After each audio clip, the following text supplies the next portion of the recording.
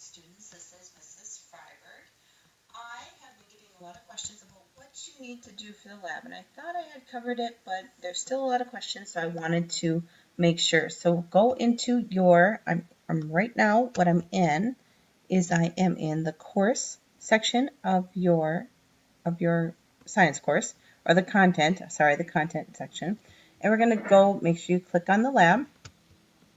And when you click on the lab, so a lot of students are wondering, why can't I see the directions? So my first question is, has everybody gone through the lesson? Or did everybody just skip to the lesson? So you need to make sure we're going through and we're reading through the lesson. You can see up here, there's always lessons resources. It says Student Guide Lesson 2 and Using a Microscope, which is the PDF. We're going to get to that in a minute. But that's going to tell us what we need to do, okay? So right here, when we say, if you keep going, you're reading through the lesson, it tells you what you need. Zipper closed bags or jar, a microscope slides, the cover slips, the microscope, either pond water, an eyedropper or pipette or a straw, water or soil. Because when you click into your PDF, when it says using a microscope, right here, it gives you the directions, okay? It tells you procedures. This is what you need to do, okay? You can do part A if you have access to a pond, river, or ocean, or if you do not have access to a pond, river, or ocean, you can use soil from your yard, a nearby park, a construction site, or from a store if you choose to do part B. Now, it says if you have access to both, you can do both. You don't need to do both. You can choose part A or part B, or if you're really ambitious, you can try both. But it tells you exactly what to do in these 5 directions right under here under part A. This is if you have a pond or some sort of water source next to you. Part B, this tells you what you need to do if you decide to grab soil. Then you scroll down a little bit further, and there's questions to answer on this worksheet, okay? So it asks you questions to answer. Now, right here, it tells you what you need to do. Now we're going to go back. I'm going to close this out. We're going to go back, and we're going to go forward a little bit further. And now, what is it that you need to turn into me? So right here, this is what you need to turn into me. So you'll click on Life Science Lab Report. It'll open as a Word document right down here. If I can get it open. There it is. Oops, it is opening. Why didn't it open?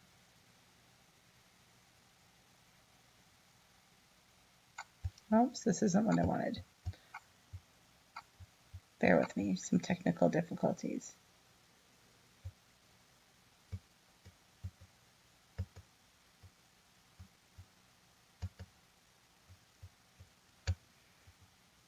I think it should be. Where did it go?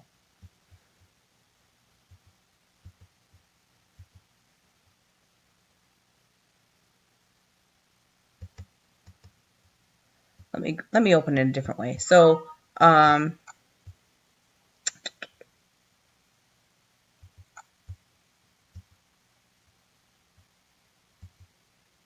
okay, so it's right here. If you click on that Life Science Lab Report, what you'll get is it'll open up into this assignment. I think maybe I closed it. Perhaps I closed it when I opened, when I was trying to do it fast. But this is what you'll turn into me. So you'll write up a 1-paragraph lab write-up, as well as submitting a photo of your completed lab or your lab in progress. Okay, so you need to write the lab title. So you'll write using a microscope. The purpose of this lab is to what? What do you think that the purpose of the lab is to? You'll come up with your hypothesis. I think if I do something, then something else will happen. Write down 2 specific things you observed during the lab. Your analysis, if you were to do this lab over again, what's one thing you would do differently? And your conclusion, was your hypothesis correct or incorrect, and why or why not? Okay, and so you'll turn this into me along with a picture of you working on your lab or your completed lab. Okay, So you'll do that. And then once you're done, you will update that. Oops. See, oh, you know what happened? I see what happened. I clicked on the wrong button.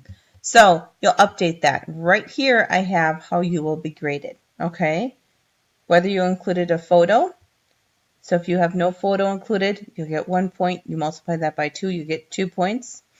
If you do not turn in your lab report, 1 point multiplied by 2, that's 2 points. So 2 plus 2 is 4. 4 out of 20. This is worth 20 points total, okay? If you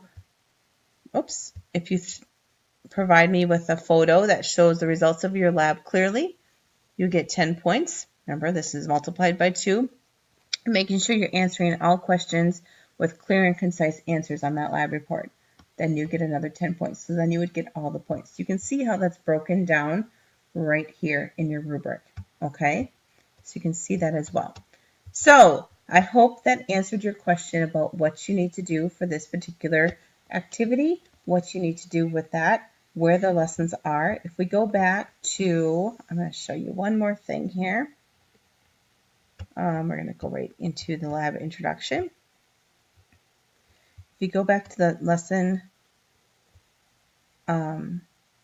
introduction, the lab using a microscope, remember in the lesson materials, there's using the microscope, which is the one that I just pulled up, and then there's a student guide. So if you take a look at the student guide, it says using a microscope. Now it says optional. I'm marking it as required. It's not optional for you right now. We're marking it as required because I've chosen to include it. Let me just scroll down a little bit further. This doesn't tell you a whole lot. So this just tells you what you need and what the focus of the lab is on. So that's basically what that is. But you always want to make sure you go through those lesson resources and take a look at that, okay? Anytime you see blue hyperlinks, you want to make sure you open them, take a look at them, and check them out. If you have any additional questions, please let me know. I'm always here to help, but I think this might be helpful as well. Talk to y'all soon. Bye.